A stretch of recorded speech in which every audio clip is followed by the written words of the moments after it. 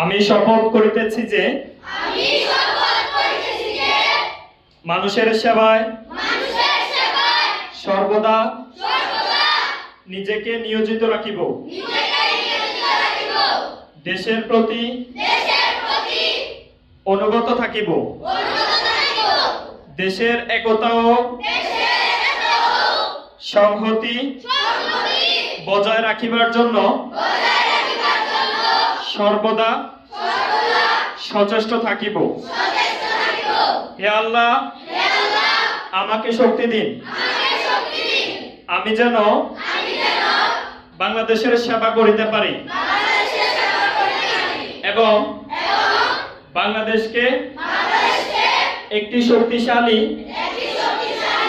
ও আদর্শ রাষ্ট্র হিসাবে গড়ে তুলতে পারি। আমিন।